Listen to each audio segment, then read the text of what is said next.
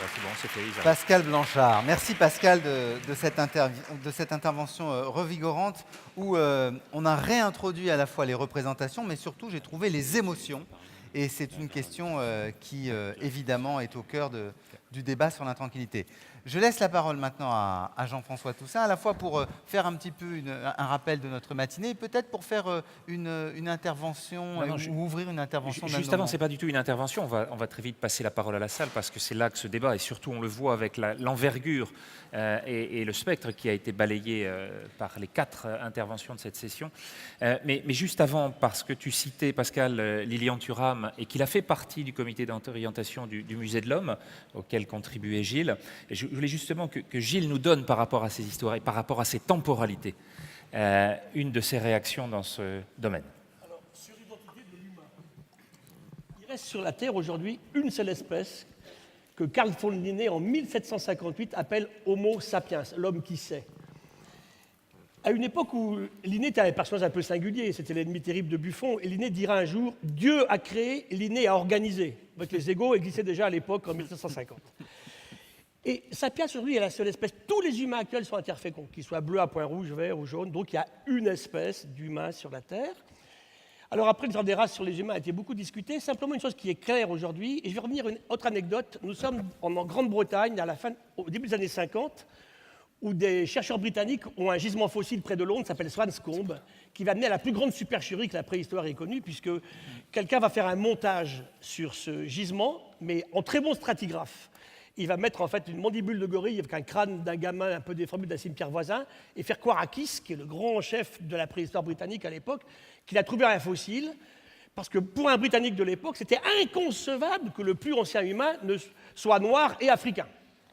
Donc on invente l'histoire. Aujourd'hui, les méthodes modernes nous démontraient la supercherie en quelques secondes.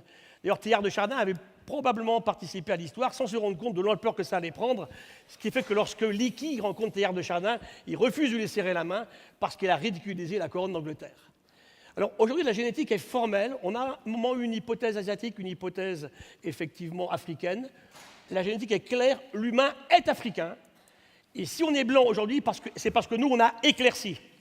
Hein, on était tous pareils au départ, et Homo sapiens sort d'Afrique en 3 vagues successives, vers 120 000 ans, 90 000 ans, 45 000 ans. Il va aller peupler effectivement l'Asie, et durant des phases où la région de la péninsule arabique était beaucoup plus fertile, avec des zones vertes, on irait vers l'Asie et vers l'Europe. Et en Europe, il va rencontrer Néandertal. Et on sait maintenant que tous ici dans la salle, on a quelques gènes de néandertaliens. Donc c'est clair qu'au niveau identitaire, hein, je ne rentre pas dans tous les débats qu'on va évoquer ici, une espèce qui sort d'Afrique, et puis qui s'est répandue partout. Elle est allée beaucoup plus tard dans le Nouveau Monde. Et cette espèce, dès le départ, pour revenir à mon histoire tout à l'heure, où qu'on soit, en Australie, 55 000 ans, en Amérique du Nord, 15 000 ans, à Madagascar, 4 000 ans, en Nouvelle-Zélande, il y a 800 ans, les humains arrivent, chaque fois, systématiquement, où qu'ils soient, ils massacrent les non-humains. Et on voit la disparition locale de tous les grands individus des grandes espèces. Donc voilà, on a tous la même attitude, mais en tout cas, c'est clair qu'au niveau d'identité, nous sommes africains. Et raconter que l'homme africain n'a pas d'histoire, c'est une hérésie, une stupidité totale, puisque sans histoire africaine, on ne serait pas là.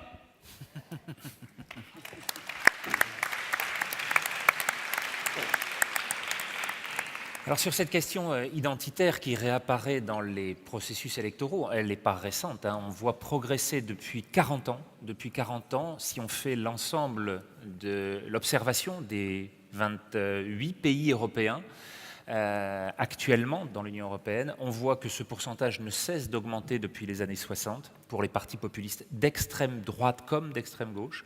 L'ensemble mène progressivement à une fonction de développement de ces idées qui n'est pas seulement apparu sur les dernières thématiques reprises par les différents partis italiens, néerlandais ou français. Mais sur cette temporalité-là, Robert et Pascal, vous nous dites qu'il y a une très grande difficulté à l'intégrer pour les partis de gouvernement, de droite ou de gauche, et en même temps, on voit qu'elle ne concerne pas seulement l'Europe. On voit que c'est une partie qui, dans les pays d'Amérique du Nord, même si Justin Trudeau fait une courte exception à la suite d'Harper. On le voit, tu l'as dit, au Japon et dans un grand nombre de pays d'Asie. L'élection philippine pose la même question sur l'instabilité des relations internationales. Comment cette chose qui n'est pas écrite et qui n'est pas pensée par Finkielkraut, et qui pourtant répond à des déstabilisations, à des changements à l'échelle mondiale, peuvent être intégrées à la fois par le chercheur que tu es et par le conseiller, Robert, que tu représentes. Vous voulez démarrer ? Oui, je vais démarrer. Je crois qu'il y a un constat d'opinion qui est assez intéressant. C'est l'Eurobaromètre qui mesure un peu les opinions européennes depuis maintenant plus de 20 ans. Pour la première fois depuis deux semestres, c'est semestriel, a massivement, dans tous les pays européens, un rejet de l'idée européenne. Pendant longtemps, il y avait on va dire une petite minorité, puis une petite majorité. Aujourd'hui, c'est la totalité. Le deuxième constat, c'est que sur le dernier Eurobaromètre, la France dégringole totalement. Et globalement, elle est avant-dernière dans l'adhésion à l'Europe.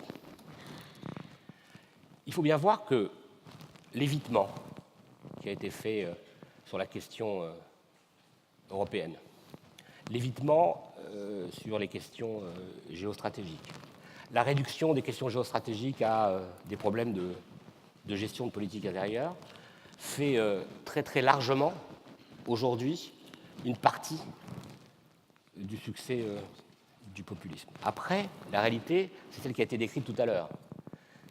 C'est celle qu'on a vu se construire progressivement. Il y a encore, on va dire 3-4 ans, le CREDOC faisait une étude sur les comportements et les Français. Ce qui ressortait, c'était le respect, un peu d'empathie, encore un peu de solidarité. Aujourd'hui, ce qui ressort depuis maintenant un an, c'est quelque chose qu'on pourrait qualifier de la jalousie sociale.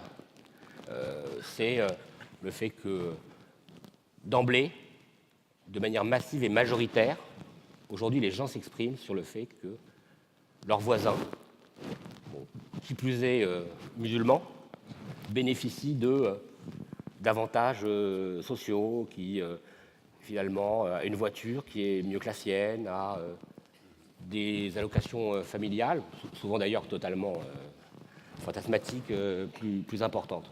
Donc la jalousie sociale, c'est totalement aujourd'hui inscrite. La difficulté, c'est comment y répondre.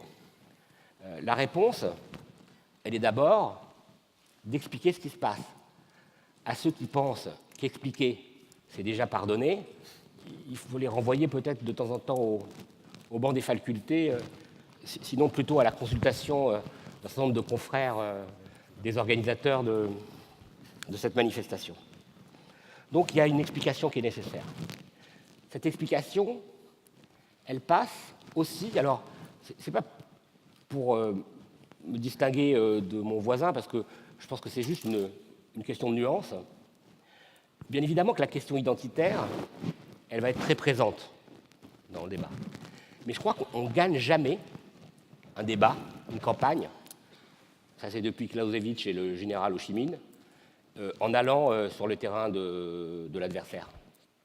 Donc je pense qu'il faut admettre et répondre à ces questions identitaires, mais il faut très largement les dépasser pour être sur le registre de l'explication de cette jalousie sociale.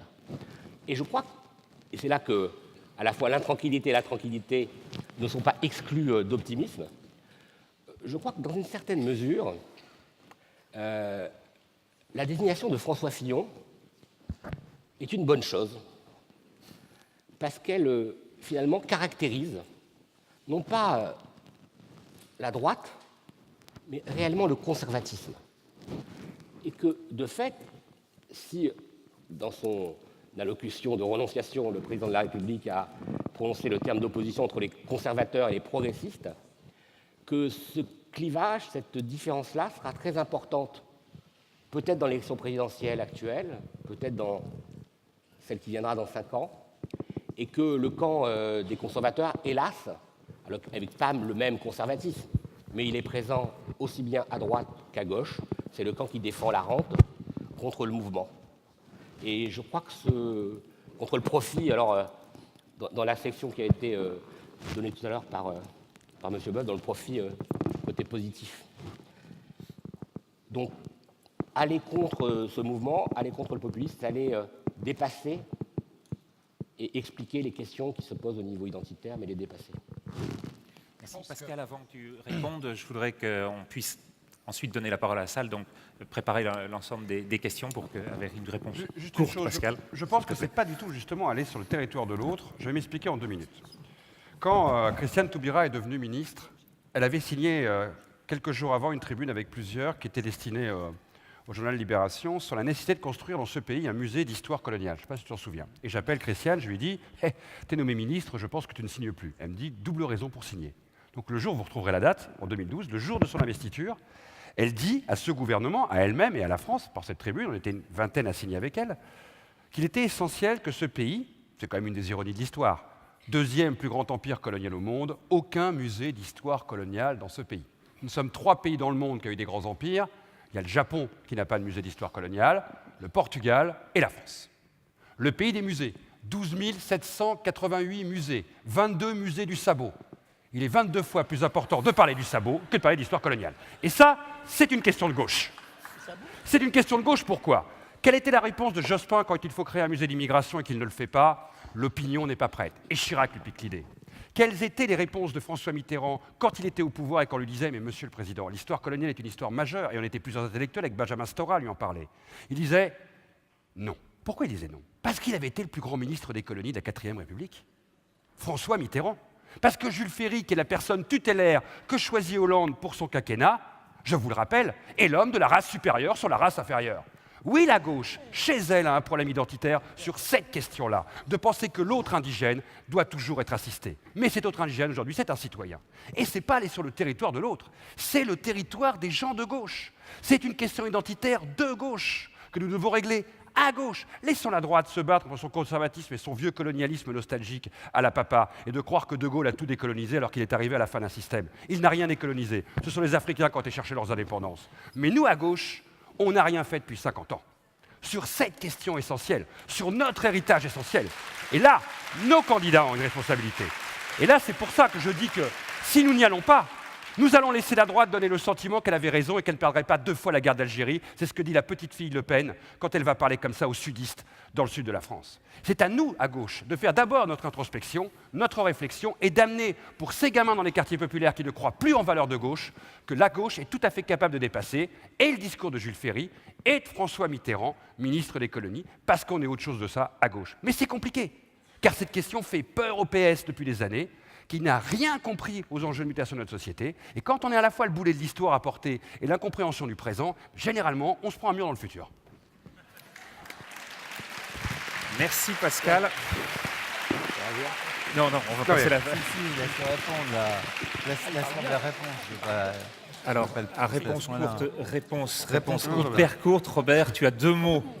Et puis on va donner la Désolé, réponse à la salle. 2 mots, c'est pas sympa.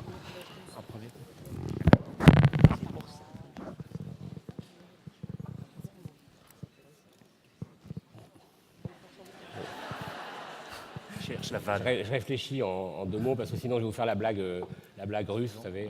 Comment ça va en Union soviétique? Bien. Et en 2 mots, pas bien.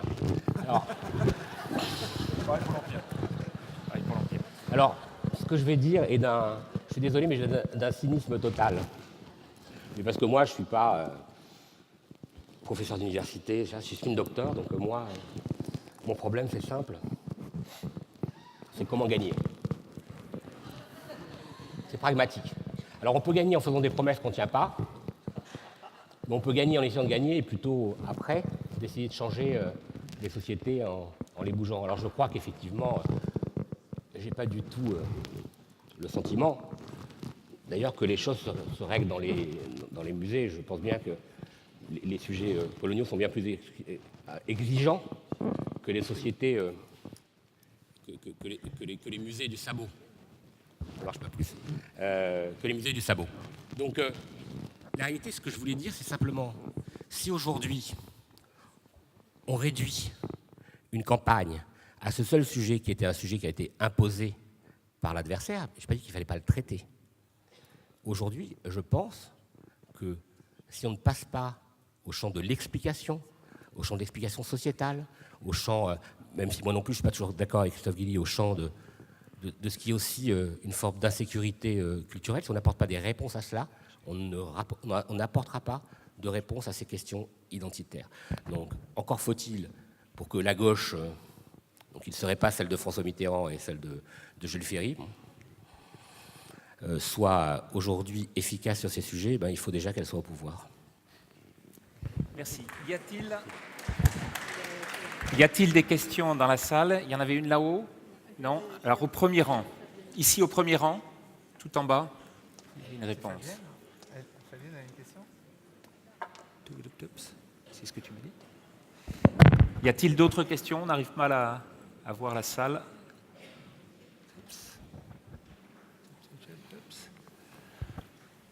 Tout au fond? Oui, il y en a une là-haut. Là-haut, il y en a deux même. Tout en haut à droite, oui. On vous écoute, madame.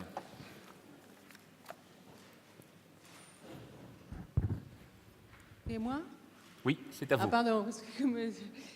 Oui, moi je voulais juste poser une question parce que finalement on a quand même eu Barack Obama 2 fois, qui est noir, avec une femme noire. Et alors je suis étonnée quand on dit que les femmes ont voté d'abord blanc avant de voter noir quand elles ont voté, avant de voter Trump.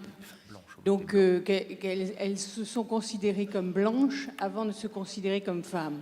Donc là, j'aimerais comprendre, parce qu'il y a quelque chose qui m'échappe. C'est pour Monsieur Blanchard. Pascal. L'Amérique vit depuis 3-4 ans avec un discours qui hante la droite américaine, qui explique que maintenant, sur le sol de l'Amérique, naissent plus de non-blancs que de blancs. Ça, c'est un discours de... C'est pas un discours, ce sont les statistiques. Oui, non, mais c'est un discours qui fonctionne La très clairement aux mortalité, États-Unis, qui est très assumé. Ouais. Parce que les statistiques le prouvent, qu'on se déclare au nom, ce qui choque les Français au nom de sa race, et c'est quelque chose qui est archi connu et très utilisé. Et ça, c'est très nouveau. Les Américains ont le sentiment maintenant qu'il y a un avant, un après, qui bascule dans un monde de ténèbres.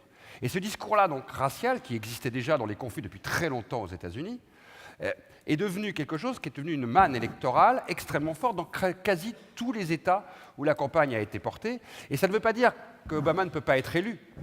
Ça n'a pas voulu dire que... On le voit bien d'ailleurs que la majorité s'est jouée à très très peu. Ça veut dire que Trump, électron libre, qui avait toutes les raisons de perdre vu sa personnalité, n'aurait jamais dû gagner s'il n'avait pas fédéré sur cette question-là. Je serai le dernier croisé à vous défendre sur votre identité. Et lui, il arrive à un moment justement où il arrive à fédérer des réactions de gens des derniers. D'ailleurs, je crois que c'est... comment s'appelle j'ai oublié son nom, c'est le documentariste toujours un peu provoquant qui est au mois de juillet. Michael Moore, qui racontait cette histoire au mois de juillet. Il a donné les 5 raisons pourquoi Trump allait gagner. Il dit parce que ce sera le dernier tour de table racial des Blancs. Et je pense que c'est ça qu'a fédéré sur Trump. Donc ça n'a pas exclu la parenthèse obamienne.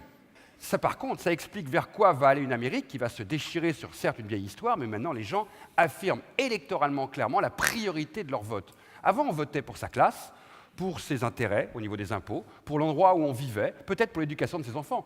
L'autre jour, je discutais avec une dame, j'étais à La Ciotat en train de faire une conférence, et cette dame, elle me dit « Mais monsieur, on est dans une société où aujourd'hui, on a plus peur pour nos enfants que nos parents avaient peur pour nous. On n'est pas sûr que nos enfants vont réussir. » Je dis alors, quel est le rapport avec voter Front National, madame? Elle m'avait dit qu'elle votait Front National.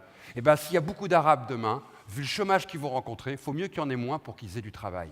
Waouh! Et pensez à 30 ans qu'il fallait dès maintenant nettoyer les Arabes de France. C'est-à-dire qu'elle avait totalement digéré quoi? Le discours de Zemmour, parce qu'elle me dit « Mais vous savez que c'est possible, monsieur Blanchard ?» Je dis « Mais comment c'est possible? Tous ceux qui sont nés en France, noirs, maghrébins, asiatiques. » Mais elle me dit, qu'est-ce qu'ont fait les Algériens à la fin de la guerre d'Algérie? Ils ont mis tous les Français dehors, tous les Juifs dehors, ils sont restés entre eux. C'est comme ça qu'ils ont créé l'État algérien. Elle me dit, vous, qui travaillez sur l'histoire coloniale, vous devriez reconnaître que c'est grâce à ça que l'État algérien a fonctionné. Les bras m'en sont tombés. J'étais tétanisé. Je ne savais plus quoi dire. Et cette dame m'a dit, ben voilà, je suis de gauche, mais je vote Front National pour qu'il y ait moins d'Arabes. Ce discours avait été totalement intériorisé par elle et même été légitimé par l'histoire impériale. Elle avait peut-être lu 2 chapitres du dernier livre de Zemmour pour bien voir qu'il y avait en plus une possibilité qu'ils prennent le bateau. Donc tout ça est possible parce que d'un seul coup, ça se crispe sur un débat extrêmement réduit de « protégeons notre race ». Attention, il y a plus d'enfants que moins d'enfants. C'est presque un débat scientifique qui fait dire à Trump, si je ne défends pas la race, elle va disparaître. On sait l'ambivalence de Trump sur les données scientifiques quand même. Hein. Ah ça, pour ça, et pas que là-dessus. C'est Pas que autre chose là-dessus, cher encore, ami, hein. sur toutes les données. On va prendre une dernière question avant de passer la parole à Geneviève et à René qui conclura cet après-midi. Je crois qu'il y a une dernière question là-haut. Non? Mais si ce n'est pas le cas, alors je vais en profiter pour d'abord remercier tous les orateurs de cette table ronde, Robert, Pascal, Gilles et Élise, pour la ferveur d'un engagement qui, de très loin, je trouve, dépasse justement les réactions dont on vient de parler dernièrement. Mais je voudrais donc que pour cela, on puisse entendre Geneviève qui citera d'autres grands illuminateurs. Oui, après toutes ces paroles assez assertives, je voudrais revenir en tant qu'écrivain qui ne sait pas grand-chose sur Fernando Pessoa, avec qui on a ouvert le colloque hier matin. Fernando Pessoa, évidemment, son intranquillité à lui, elle se situait du côté de l'intranquillité des faibles, des fragiles, de ceux qui ne savent pas, et de ceux... Enfin, qui se demandent comment ils ont fait pour si mal réussir tout ce qu'ils entreprenaient, ce qui après tout peut aussi arriver. Et donc je vais vous lire juste une dizaine de lignes dans ce sens-là, où Fernando Pessoa, dans le livre de l'intranquillité, s'interroge sur qu'est-ce qui fonde son inquiétude profonde. Et il dit la chose suivante. « Je relis lentement, lucidement, morceau par morceau, tout ce que j'ai écrit et je trouve que c'est nul. J'aurais mieux fait de ne jamais écrire. Les choses réalisées, que ce soit des phrases ou des empires, acquièrent de ce seul fait le pire côté des choses réelles, celui d'être périssables. Ce n'est pas cela, cependant, que je ressens et qui m'afflige au cours de ces lentes heures où je me relis. Ce qui m'afflige réellement, c'est que cela ne valait pas la peine de l'écrire et que le temps perdu à le faire, je ne l'ai gagné que dans l'illusion, maintenant évanouie, que ça en valait la peine. » Bon, je reconnais que ça casse un peu l'ambiance, mais après tout, vous allez bientôt aller déjeuner. Et donc, je voulais vous rappeler ça. Et aussi une autre chose qui résonne beaucoup avec ce qui a été dit ce matin. L'une de mes constantes préoccupations, dit Fernando Pessoa en janvier 1932, très peu de temps avant de mourir, c'est de comprendre comment tant d'autres gens peuvent exister. Comment il peut y avoir autant d'âmes autres que la mienne, des consciences étrangères à la mienne, laquelle, étant elle-même conscience, me semble par là même être la seule. C'était un très long texte qui est très très intéressant. Je vous convie réellement, comme disait Robert Zarader, à le lire. Je pense que le fait d'être capable de réfléchir et de considérer que les autres ont une âme et une conscience absolument semblable à la sienne c'est un super bon sujet. Et je vous souhaite une très bonne journée.